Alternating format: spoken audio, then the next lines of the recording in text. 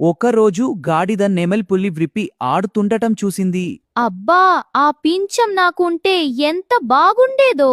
మరో రోజు ఏటివద్ద నీళ్లు తాగుతూ పులిని చూసింది. అబ్బా, ఆ చారలు ఎంత అందంగా ఉన్నాయి. ఇంకో రోజు జిరాఫీ పొడవైన చెట్టు ఆకులు తింటోంది. నాకు కూడా ఇంత పొడవైన మెడ ఉంటే బాగుండేది. ఇలా ప్రతిరోజూ తన రూపం గురించి బాధపడుతూ ఉండేది. నేను ఎందుకు ఇలా ఉన్నాను? ఒకరోజు గాడిదకు ఒక ముని కనిపించాడు. స్వామీ, నాకు 4 వరాలివ్వండి. నీ కోరిక తీరుతుంది నా బిడ్డా. మునివరంతో గాడిద రూపం మారిపోయింది. వావ్! నేను ఎంత అందంగా మారిపోయాను. కాని దాన్ని చూసి జంతువులన్నీ భయపడి పారిపోయాయి. అరే, ఎందుకు అందరూ పారిపోతున్నారు?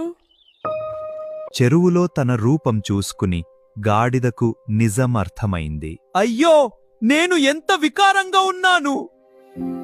చివరికి తన పాత రూపం కావాలని కోరుకుంది. నా పాత రూపమే నాకు చాలా అందంగా ఉంది. ఎవరికి ఉన్న అందం వారిదే. మన రూపంతోనే సంతోషంగా ఉండాలి. ఇతరులను చూసి అసూయపడకూడదు.